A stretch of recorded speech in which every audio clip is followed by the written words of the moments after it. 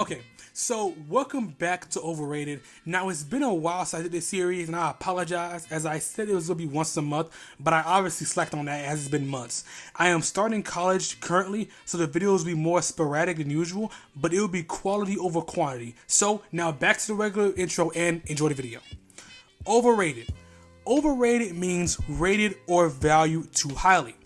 This word is used to rate or value things when it comes to most things, if we're being honest. Now, in terms of basketball, we use it when the community rates someone higher than they are supposed to be.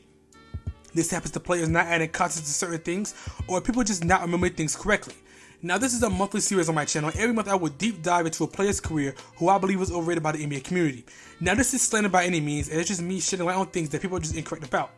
Now, we previously looked at John Stockton and Allen Iverson, and now, as you can tell by the title of this video, we're looking at the career of Kyrie Irving. Now, Kyrie Irving is a 6'2" point guard drafted first overall by the Cleveland Cavaliers. He went to Duke for 1 year, then declared for the NBA draft. Even though Kyrie got injured his first season in college, NBA scouts still saw the potential, as they saw an explosive guard who was able to get his spot shooting-wise and have a great basketball IQ.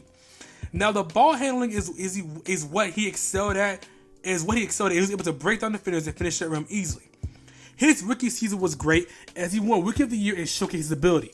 He only played 51 games, as he missed 15 games due to injury. This will be a constant thing in his career.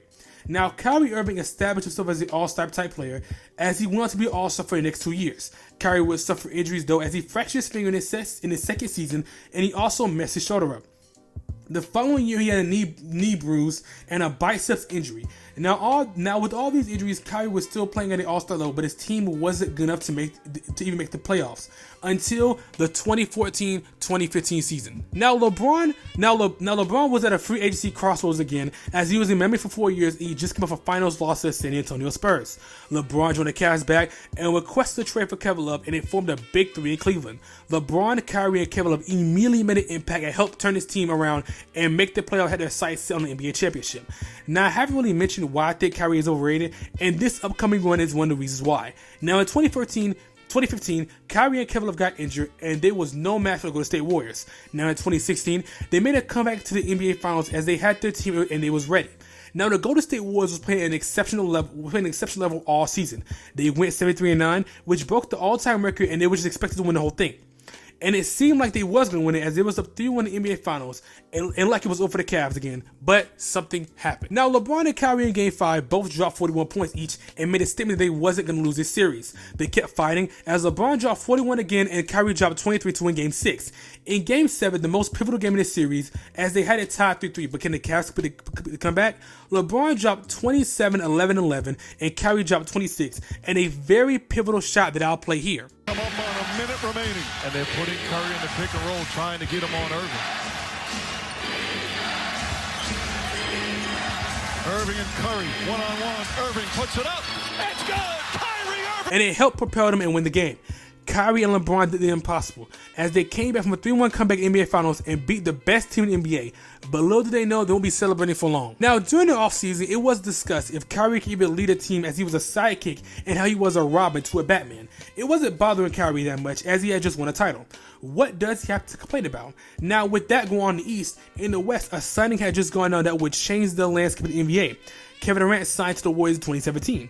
We all know this. Now, skipping through, the Cavs find themselves back in the finals in 2017, but it was no match for the Warriors and they lost. Now, at this point, Kyrie was listening to the sidekick things, as he thought he could lead a team to the promised land. So, he requested a trade. And was sent to the Boston Celtics. Now, Kyrie was on the Celtics and was the best player on the team even when they signed Gordon Hayward.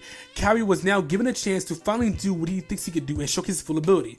Then he gets injured. Yes, he gets injured, have to have left knee surgery, and misses the rest of the season. His new running mate gets injured in the first game, and that leaves young players and role players to step up and run this team.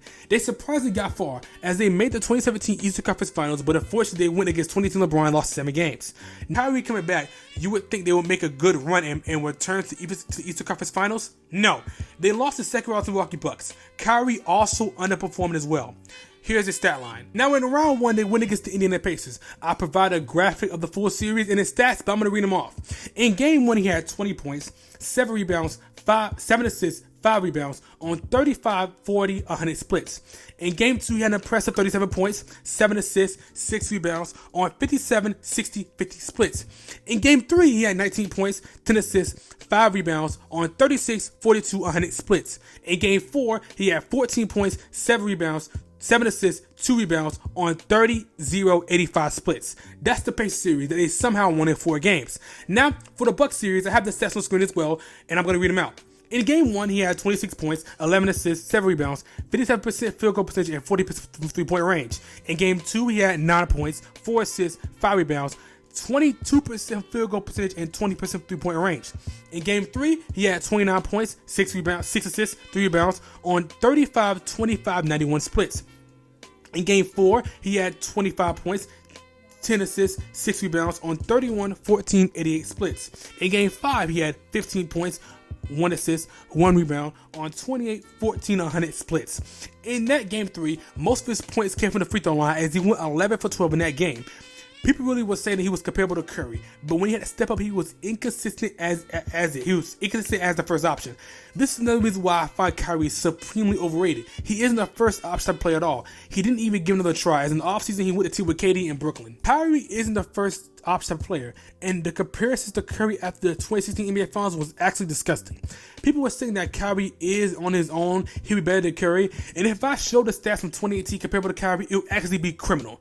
Kyrie is unfortunately a victim of the eye test only, which AI also falls into the category. Yes, Kyrie is an exceptional player. He can break down the defender excellently and knows how to get to spots that can finish well, but he can't do that consistent enough to be the best player on the team, as that's just how as far as game goes, which isn't an issue as Kyrie is an excellent number 2 option. I mean, he has glaring issues like the off-ball movement and the defense which he needs to adapt to with his game, especially now he's playing with Luka in Dallas.